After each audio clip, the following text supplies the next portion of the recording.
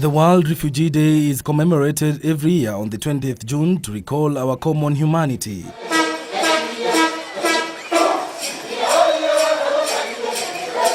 Celebrate tolerance and diversity, honor, courage, strength and determination of women, men and children forced to flee their homes under threat of persecution, conflict and other threats to human dignity. We are gathered here to mark the 14th anniversary of the World Refugee Day celebrations, following the unanimous resolution of the United Nations General Assembly of December 4th, 2000, to have the International Refugee Day coincide with the African Refugee Day on 20th of June. We also commemorate the courage of the men and women who risk their lives every day in helping refugees regain their human dignity.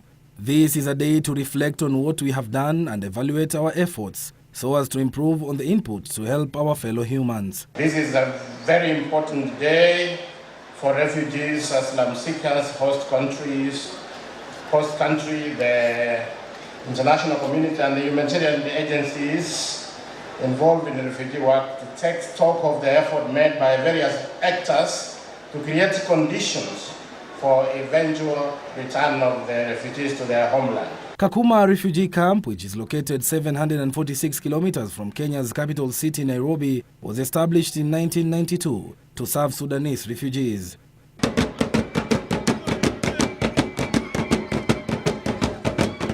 Today, it is a multicultural center providing asylum to over 180,000 refugees from 50 nationalities, where over 60,000 of this population are from South Sudan. Most of them are women and children.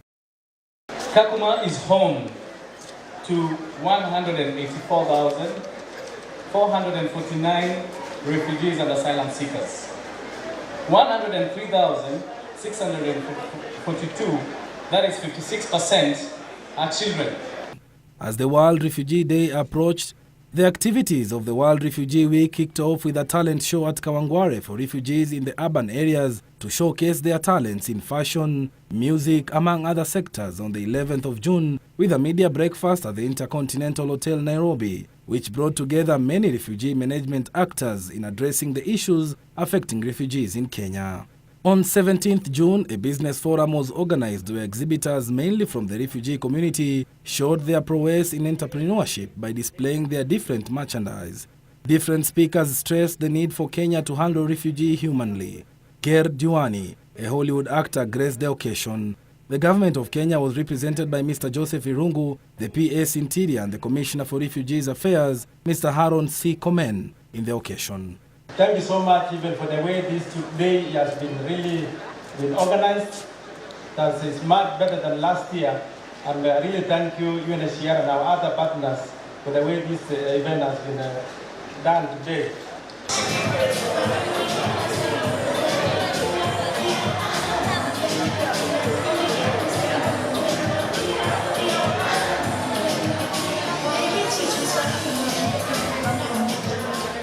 On the eve of World Refugee Day, a beauty pageant was held at the Peace Center, Kalem Church, and fashion show, which was one of the most popular events in the program.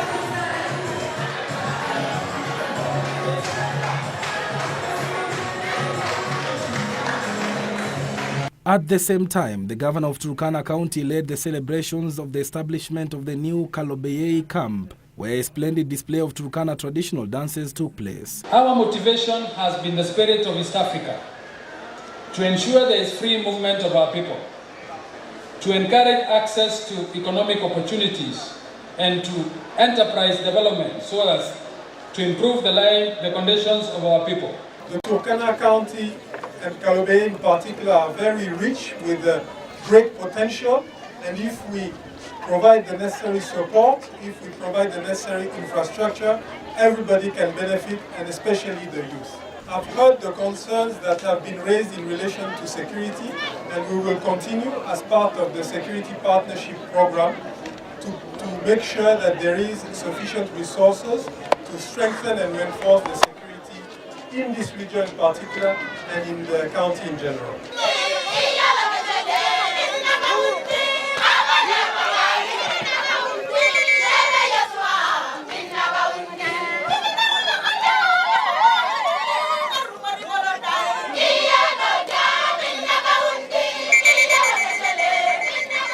These people appreciate that the presence of refugees also is not a curse to them.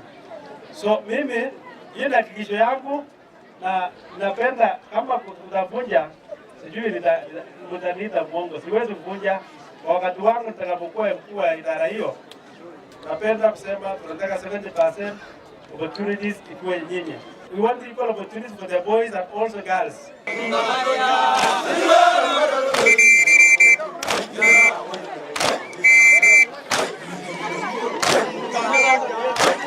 I want us to agree how we'll plan Kalobeyei town together plus the new camp. Physical plan of Kalobeyei so that it grows as a town center to support that camp, and that camp not to be molded the way Kakuma was built. We must have a plan from the beginning of how the camp is going to look like. I know we will achieve that because this is still a matter in my office. It will require our urban planners, it will require our surveyors, and it will require the involvement of members of County Assembly.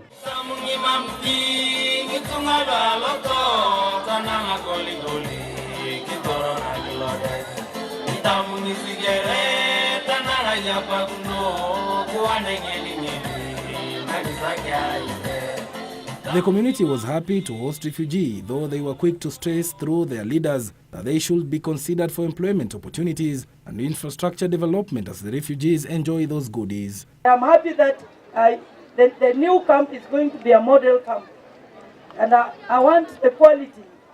We really appeal to UNHCR, the quality of services that are going to be given in this camp to match or even outdo what I witnessed in Dadaab. So we need to capacity build women and youth, and capacity building here means skills and resources. We need to move with speed. We need the members of that committee, the technical committee that is going to be representing this community, together with the members of UNHCR, together with the members of the county government, to come together and have a countdown of how we can be able to operationalize the matters at hand and to operationalize the issues that are going to be in the agreement. Thereafter, the focus shifted to the main event on the 20th June. The day began with the arrival of guests who went to the site of the new camp at Kalobeyei, located 5 kilometers from Kakuma refugee camp towards Nadapal border.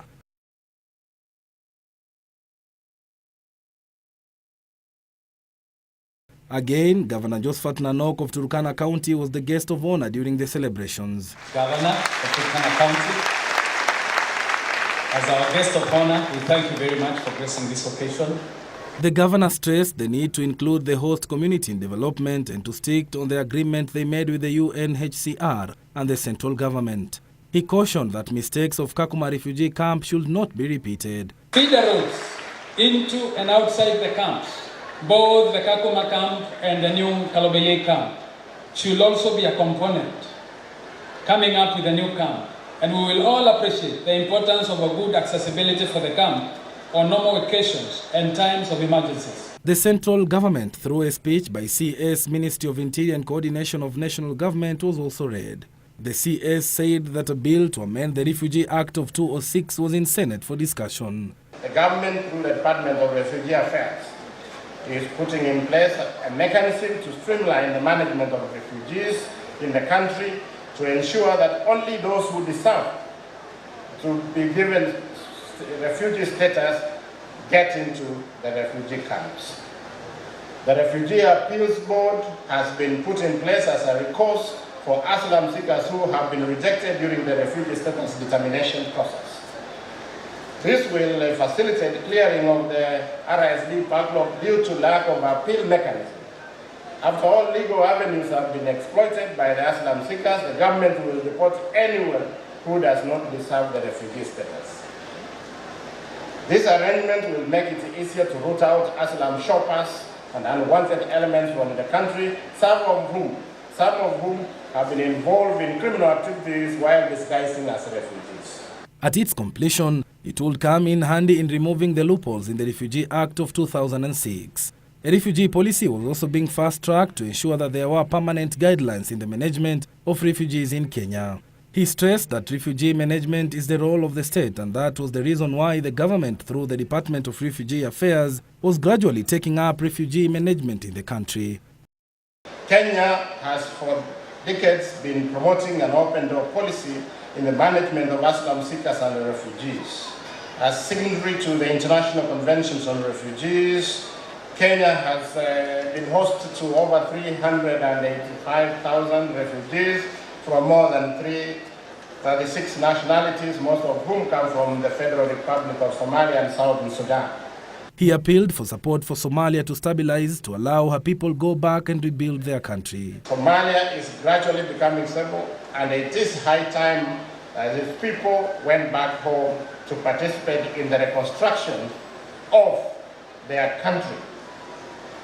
But let me make it clear that the repatriation will always, and Kenya is committed to ensuring that repatriation is going to be a voluntary process. I urge all Somali refugees to seize the opportunity of the security prevailing in the AMISOM controlled areas of the country and the support being provided by UNHCR and the international community to return home and participate in the rebuilding of their country.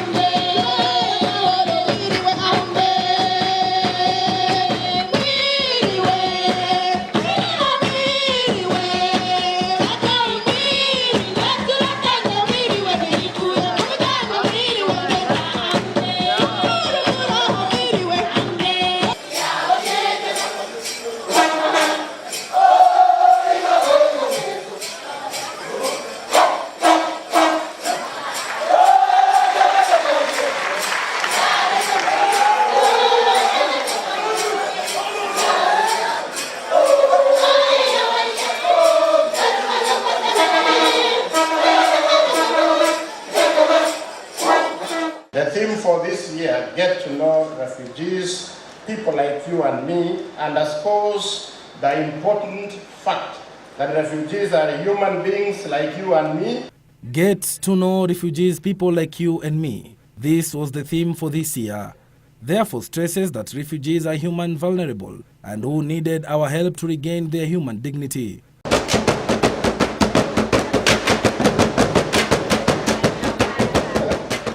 Resettlement only benefits 1% of all the refugees. Return in safety and dignity is not yet a solution for the majority of refugees. And did you know that refugees come with a lot of skills and talents? Refugees want to contribute, and that they also want to be locally integrated. So we'll be performing many people, around 10 minutes, so please enjoy. Feel free to dance. Feel free to give us anything that you have, iPhones, money. Octopizzo, one of East Africa's leading hip-hop artists, proved to everyone that refugees had a lot of talent through his program of working with refugees in Kakuma refugee camp.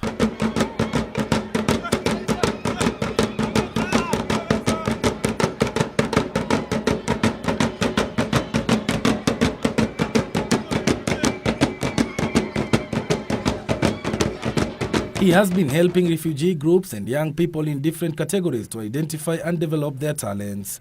Different groups he was coaching performed vigorously during the celebrations.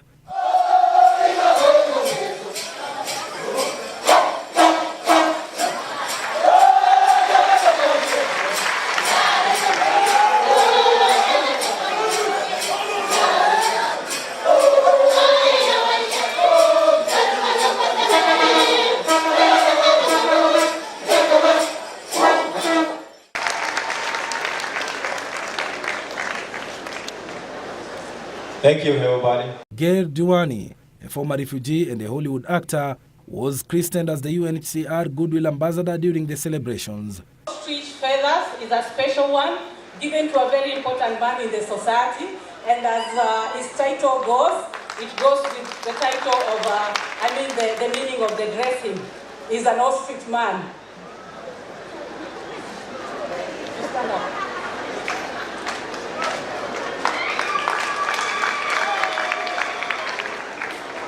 You know, in Turkana, they are well equipped. We dress in a way that we can withstand all the weather. So the dress is wearing, it doesn't need to buy more for the next 2 years so that we can invest enough for the refugee program.